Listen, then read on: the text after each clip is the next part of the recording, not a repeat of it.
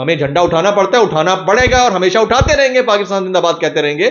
لیکن یہ بتائیے کہ ہم نے پاکستان کرکٹ کے ساتھ کیا کیا ہے؟ نہ صرف پاکستان کرکٹ کے ساتھ بلکہ ہر اس ادارے کے ساتھ جس سے ہمیں پرفارمنس مل سکتی تھی, ہم نے اس کے ساتھ کیا کیا ہے؟ جب آپ میرٹ کو بالائے طاق رکھتے ہوئے سفارش کے اوپر لوگوں کو بھرتی کریں گے, پھر یہی ہوگا, نتیجہ یہی نکلے گا. اب آپ اس کو کہیں گے کہ اینگر فیکٹر ہے, جیت ہار تو ہوتی رہتی ہے, تم جیتو یا ہارو ہمیں تم سے پیار ہے, ایک کام کریں ملیا میٹ کر دیں. ہمیں پتہ ہے ہماری آنکھوں کے سامنے سڑکوں کا رنگ بہ رہا ہے بارش کے ساتھ, ہم کہیں کہ یار بس غلطی ہو گئی, کروڑوں روپے کا ٹیکہ لگنے کے بعد غلطی ہو گئی, تو پھر بس بات جو پھر جس سے غلطی ہوئی ہے وہ غلطی کا اظہار کرتے ہوئے شرمندگی دکھائے اور سائڈ پہ ہٹ جائے. یہ اس ملک میں کبھی نہیں ہوا. آپ عمران خان صاحب کو اور ان کی ٹیم کو یہ کریڈٹ ضرور دیں گے کہ 92 میں ورلڈ کپ لے کر آئے, اور سیاست کے اندر بھی یہ کریڈٹ ضرور دیں گے کہ جب ان کے اوپر انگلی اٹھتی تھی وہ بندے کو فارغ کر دیتے تھے. بندہ شرمندگی سے نہیں, عمران خان کے ڈر سے بھاگ جاتا تھا کہ میرے ساتھ پتہ نہیں کیا ہوگا. لیکن ان کو شرم نہیں آئی, اور یہ سلسلہ ابھی چلے جا رہا ہے اور پتہ نہیں کتنا عرصہ اور چلتا رہے گا. ابھی سمجھ سے باہر ہے کہ انہوں نے کرنا کیا ہے. اب آ جاتے ہیں چادر چار دیواری کے اوپر. ابھی کچھ دن پہلے ہم نے دیکھا بڑی بڑی شخصیات ببانگ دول خطبات دیتے ہوئے ہم نے دیکھی کہ وہ کہہ رہے تھے کہ خواتین کا ہمارے دین کے اندر احترام, عزت, پیار کیا ہے, وقار کیا ہے. اور اس میں کوئی شک نہیں ہے, دین اسلام نے ہی دنیا میں عورت کا مقام جو تھا وہ بلند کیا. ماں کے قدموں تلے جنت کا جو پیش خیمہ تھا وہ بتانے میں کسر نہ چھوڑی. پھر والدین کی کیا احترام ہے, بیٹی کا کیا احترام ہے. وہ دین جس کے آنے سے پہلے زندہ درگور کر دی جاتی تھی بچیاں, اس دین نے بچی کو احترام دیا.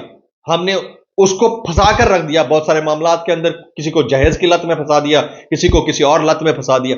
پھر جو چیز ہمارے دین نے آلریڈی 1400 سال پہلے کہہ دی تھی, ہمیں اس کے اوپر اب خطبے دینے کو دل کرتا ہے, لیکچر دینے کو دل کرتا ہے. بڑی اچھی بات ہے, لیکن تمام لوگوں کی بیٹیاں سانجھی, مائیں سانجھی, ٹھیک ہے, بچیاں سانجھی.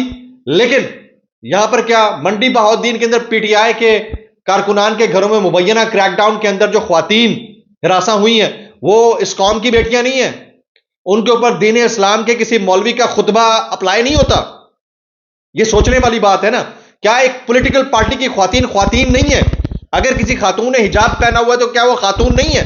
میں ٹی ایل پی کی بات کر رہتا ہوں. ٹی ایل پی کے لوگوں کے ساتھ ناانصافی ہوئی, مجھے اچھی طرح یاد ہے. وزیر آباد کے آس پاس, ایون لاہور کے اندر سب سے پہلے ولاگز کرنے والا میں تھا کہ آج آپ یہ کر رہے ہیں, کل ریسیونگ اینڈ کے اوپر ہوں گے.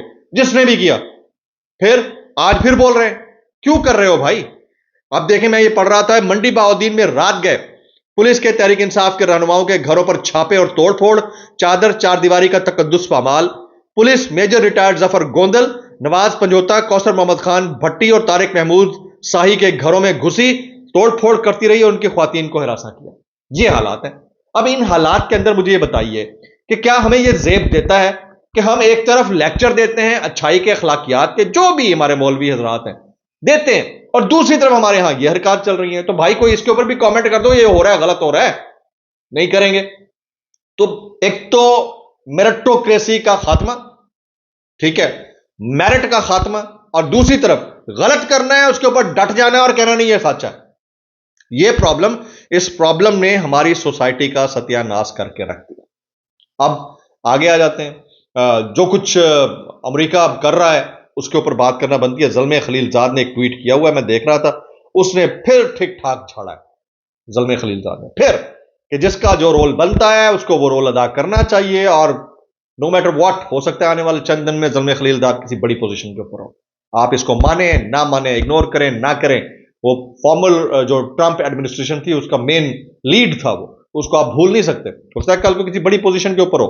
اور اس وقت جو ملاقاتیں ہو رہی ہیں وہ ملاقاتیں نہ تو چیف جسٹس یحییٰ آفریدی صاحب کو زیب دیتی ہیں کہ پولیٹیکل پرسنالٹیز کے ساتھ بیٹھ کر ملاقاتیں کریں, چاہے وہ سرکار کے ہوں یا اپوزیشن کے ہوں. نہ اپوزیشن کو, پی ٹی آئی کو یہ سوٹ کرتا ہے کہ آپ ان ملاقاتوں کا حصہ بنے اور کل کو ان تصاویر کو کیش کر کے یہ کہا جائے کہ جو نظام عدل و انصاف ہے وہ تو ایکویلٹی کے اوپر مبنی ہے, جس کا آپ کو پتا ہے کہ نہیں ہے. جب وہ نہیں ہے تو آپ وہ امیجز کیوں دے رہے ہیں؟ یہ والی سوچنے والی بات ہے.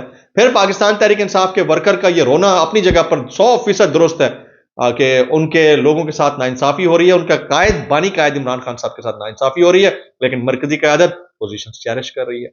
میں رحیم یار خان کے اس ورکر کو سلام پیش کرنا چاہتا ہوں جس کی اہلیہ کے پیٹ کے اوپر لات پڑنے سے حاملہ خاتون جو ہے مس کیریج ان کا ہوا. بہت افسوسناک ہے.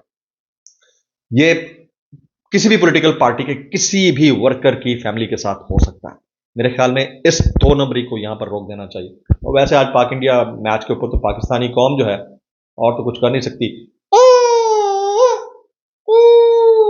کر سکتی ہے, کرتے رہیں, لیکن میرٹ کا جو جنازہ ہم نے نکال رکھا ہے اب اس کی تدفین بھی ہو چکی ہے اور لاش بھی گلی سڑی ہوئی ہے.